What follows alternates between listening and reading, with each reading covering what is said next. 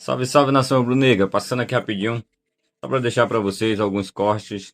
Tava acompanhando, vendo o que a mídia tá falando sobre a dívida de muitos dos clubes. Na verdade, nós temos hoje no Brasil, pessoal, aí, 99% dos clubes endividados, né? Aí uma pequena taxa, aí 1% só dos clubes tem suas contas em dias, né? Tem sim débito, mas comparado à receita anual, tá tudo equilibrado. É aquela, como no caso do Flamengo, um jogador parcelado, que está dentro do planejamento financeiro, como no caso do Palmeiras também. No caso, Flamengo e Palmeiras são os dois exemplos de boa administração, das coisas estão fluindo. Na questão financeira, os dois clubes estão ok, tá bom? E os demais, na maioria das vezes, o que nós vamos acompanhar na mídia é criticando, é falando de Flamengo, é falando de Palmeiras, mas a casa bagunçada. É como tá a situação do Atlético Mineiro, né, com a casa bagunçada, o próprio Hulk, estava vendo agora há pouco, e vou deixar aqui para vocês acompanhar na sequência do vídeo a entrevista do Hulk, falando sobre o atraso do salário dos jogadores, o próprio Corinthians, que está nessa guerra, nessa briga com o Memphis Depay e na mídia, isso vai pesando, isso pesa no elenco, isso acaba trazendo uma carga negativa para dentro do clube, que vai se refletir no campo, vai se refletir no campo. Então, essa crise financeira nos clubes, por conta das dívidas, que não é sanada, porque chega um dirigente novo, chega uma diretoria nova, mas vão querer fazer mexão, vão querer fazer marketing, propaganda e vão gastar. Vão gastar. E a torcida, muitas das vezes, quer o time legal, quer o seu clube legal, quer o seu clube bem estruturado, mas não quer pagar o preço de esperar, de ter paciência, né, de sofrer ali por um momento para ter o clube organizado, o clube estruturado, e acaba que no calor da emoção, o dirigente vai e compra jogador caro, faz investimento em jogadores que muitas das vezes são altamente valorizados financeiramente, mas que não dá resultado em campo. Né? E aí o que vai acontecer? Não vem os títulos, não vem os ganhos e só fica a dívida. É o que está acontecendo com o Corinthians, é o que está acontecendo com o Atlético Mineiro, é o que está acontecendo com outros clubes brasileiros. E tem mais a questão de estádio, questão de um marketing não necessário, de um investimento errado, que acaba fazendo com que o clube acumule dívidas, não aumente a arrecadação, e aí esse déficit financeiro vai ocasionando esse peso nas contas e aumentando a dívida.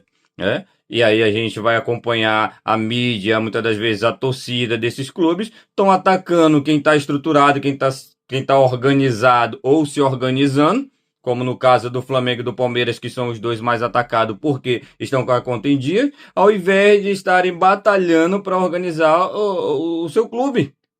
Ao invés de estar trabalhando na melhoria dessa administração, porque tem clube grande, com uma torcida grande, com uma história grande, porém com uma administração falida que está quebrando esses clubes.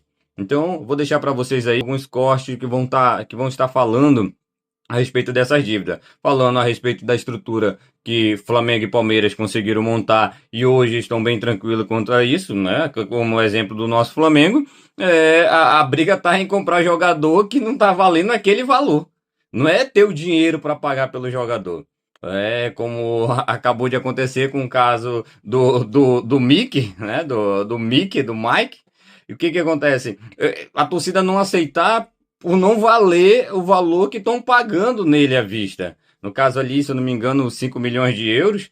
E a torcida não concorda com isso. Mas não é o caso de não ter o dinheiro. É o caso de investir esse dinheiro corretamente, em pegar nomes de mais expressão, jogadores com mais qualidade, com um histórico melhor, com rendimento melhor. Não é verdade? E enquanto outros clubes estão investindo o que não tem, muitas das vezes fazendo empréstimo para comprar jogador, que não dá retorno, apenas para fazer mídia e só aumentando as suas dívidas.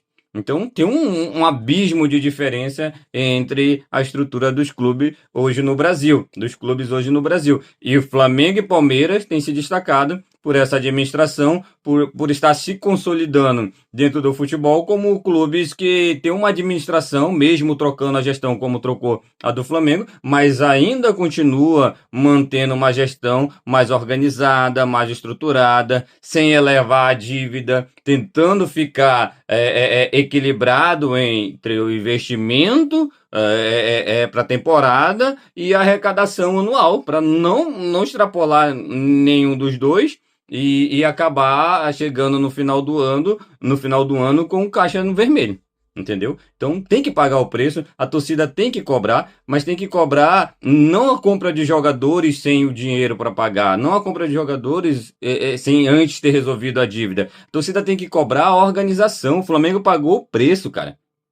Foram mais de 6 anos sendo chamado de cheirinho, foram mais de 6 anos passando vergonha, foram mais de 6 anos sem ganhar um título de expressão. E pagou o preço, mas hoje todo ano nós temos uma alegria, todo ano nós temos aí no mínimo uma alegria, no mínimo um título de expressão para a gente comemorar, entendeu? Então é isso, é pagar o preço, mas não querem pagar o preço, quer ser, porque no Brasil é assim, é tudo essa facilidade, deixa para depois, cara, a dívida do Corinthians é um absurdo, cara, a dívida do Corinthians é um absurdo e tem aumentado a cada mês que passa tem aumentado.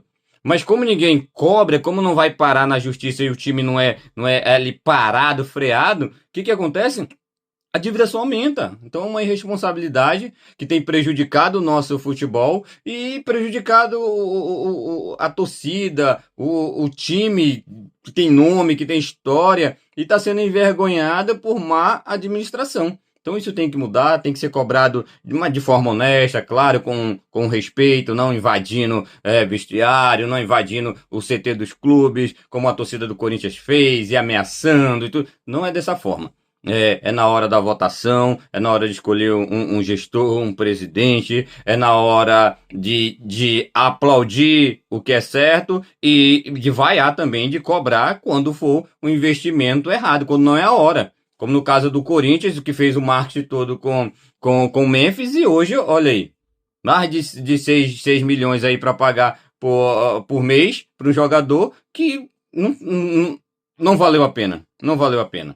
Entendeu? Então, vou deixar para vocês agora aí alguns cortes para vocês estarem analisando o pensamento da mídia a respeito do que é hoje o Flamengo, do que é hoje o Palmeiras e as demais equipes, que muitas delas afundadas em dívidas que só aumentam e o rendimento anual dessas equipes não consegue cobrir, então muitas partindo para virar SAF, muitas em desespero vão virar SAF de forma errada, como virou o Vasco, que virou SAF com uma empresa 77 que não tem um histórico bom, mas não foi analisado, não foi pensado, foi na base do desespero mesmo, querendo fazer dar certo sem organização e só piorou a situação do Vasco, tá bom?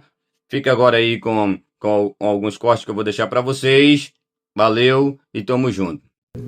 Basicamente, o que é a dívida do Atlético? Deixa eu tentar decompor a dívida aqui. O primeiro pedaço da dívida é a famosa dívida onerosa. É o que a gente deve para os bancos e aquele CRI que foi constituído para a gente finalizar a arena. Isso dá mais ou menos 900 milhões de reais, tá bom? Além disso, a gente tem uma dívida com o Profut, que é uma dívida de impostos de décadas, né, que a gente assinou um termo com o governo, como todos os clubes brasileiros fizeram também, né, e que são 300 e tantos milhões de reais, 350 milhões de reais. E a gente também deve, aí quando eu falo dever, quando a gente compra um atleta, qualquer atleta, a gente não paga o atleta à vista, né? O atleta ele é comprado parcelado em 2, 3 anos. Então nós já pagamos, sei lá, algumas dezenas de milhões de reais ou centenas de milhões de reais pelos atletas que a gente comprou ao longo dos anos e ainda falta, tá, por volta de 200 milhões de reais. Então essa é a dívida do Galo. Compra de atletas, Profut e a famosa dívida onerosa. Somando essas 3 rúbricas, a gente chega num ponto 4. Ok? E o que é 1.8? 1.8 foi desconsiderado, né, o que a gente tem a receber de outros clubes. Então, quando a gente vende um Paulinho, por exemplo, para o Palmeiras vai nos pagar durante 3 anos. Ele está em dia conosco, mas tem parcelas vincendas, ok? Então, essas parcelas foram desconsideradas é o que a gente chama de contas a receber. Então, nesse relatório, tem a dívida bruta, tá? E o contas a receber, ele não foi considerado. Ficou claro? E tem um último pedaço, que são as receitas antecipadas, é o relatório do 2.3. Como é que a gente fez a arena? A gente fez a arena com a venda dos camarotes, venda das cadeiras e os name rights, o sector name rights. Isso deu mais ou menos 500 milhões de reais, tá bom? Agora não significa que a gente deve 500 milhões de reais para ninguém. Nada mais é que um espaço, né, aquele assento, que vai ser usado pelo torcedor pelos próximos 10 anos, mas que contabilmente isso fica numa linha de passivo. Eu não devo dinheiro para o torcedor, né? Eu adiantei uma receita que ele me pagou para ter direito de usar um camarote. Finanças está lutando para virar o jogo. O elenco está com salários atrasados, uma situação desconfortável para os jogadores. Ontem mesmo tivemos uma reunião com o senhor do Galo. Foi nos passado algumas situações, esperamos e temos esperança assim, que as coisas voltem a melhorar. A gente acredita assim, nos investidores, né? São pessoas responsáveis, grandes empresários. Eu tenho certeza que estão pensando em algo para poder resolver essa situação. A diretoria espera pagar todos os débitos até o dia 16 deste mês. Um mês com Sul-Americana e também Copa do Brasil. A gente fica na expectativa para que se resolva o mais rápido possível, né? Porque a gente chega aqui no dia de trabalho, aí chega um atleta ou outro, tem alguma solução, sabe quanto que vão pagar, sabe quanto isso, aquilo, cara. Então a gente às vezes fica um pouco perdido sem informações, mas assim, o mais importante é saber de que estão tomando as providências, a gente espera que tome o mais rápido possível. Olha, tomara que sejam incêndios isolados e não um incêndio generalizado, porque se essa moda pega, Cicinho, e outros clubes também começam a mostrar que não estão cumprindo os acordos, vai ser difícil trabalhar para jogadores, técnicos, todo mundo. Renata, essa moda pega? Não, essa moda já pegou, né? Nós estamos falando o quê? Eu joguei no Atlético Mineiro de 2001 a 2003. Uma das causas de eu ter saído do Atlético Mineiro, pego o meu passe na justiça, foi questões salariais, né? 7 meses de salário e 14 de fundo de garantia. Foi quando eu peguei meu passe e vim para o São Paulo. Peguei o São Paulo sem problema. Hoje já se enfrenta esse problema. Então, isso, digamos que é uma cultura no Brasil, né? Os clubes esperam que vai completar o 3º mês que o atleta pode entrar na justiça, eles vão e pagam. Então, é coisas do futebol brasileiro. 95% dos clubes estão atrasados. 95% dos clubes atrasados. Time que paga em dia, Renato. E outro, esse negócio de salário na carteira e direito de imagem, só pago da carteira. Que aí não tem jeito, né? É o primeiro que vão reclamar, né? Mesmo sendo menor, né? Que a gente tá fervendo. Notícia de última hora que saiu, então, o Corinthians com salários atrasados. O Hernan vai dando as informações todas aqui, mas são os salários do mês de julho, certo? Sim. Que estão atrasados, que tinham que ter sido quitados no último dia 5 ou no quinto dia útil do mês. Agora. Essa semana. Essa semana, e acabou atrasando, né? Então, o Corinthians com esse problema de salários atrasados de jogadores e funcionários também. E uma situação bem complicada. Para contextualizar, né? Porque o que acontece hoje no Corinthians é uma situação que são gestões que vão passando e vai deixando problema para as outras, né? O que eu pude apurar é que, assim, o Corinthians não teve um cálculo de que aquela coisa assim, sabe? Tem que reservar a grana porque aqui tem férias. Né? Então, julho tem férias, então você tem que dar férias para os jogadores, porque parte dessa parada de data FIFA foi das férias que você não conseguiu dar lá atrás por causa do calendário que começou muito, muito ajustado. Então, tinha uma parte para ser paga agora, e aí o Corinthians se deparou com a falta de caixa, de fluxo de caixa, para poder fazer esses pagamentos. Então, o que acontece? A gestão atual, o Mar Stabile, eles começaram a buscar recursos onde o Corinthians conseguiria ter recursos, sabe? Aquela coisa de adiantar uma grana daqui, outra coisa dali e tal.